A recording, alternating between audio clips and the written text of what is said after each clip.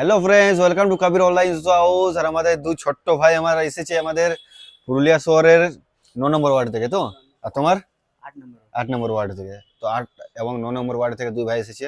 তো ভাই, জুতো নিয়েছো, খুশি তো? অনেক খুশি। ভালো তো? অনেক 1 মাসের গ্যারেন্টি, কোনো কিছু হলে নতুন মাল নয়?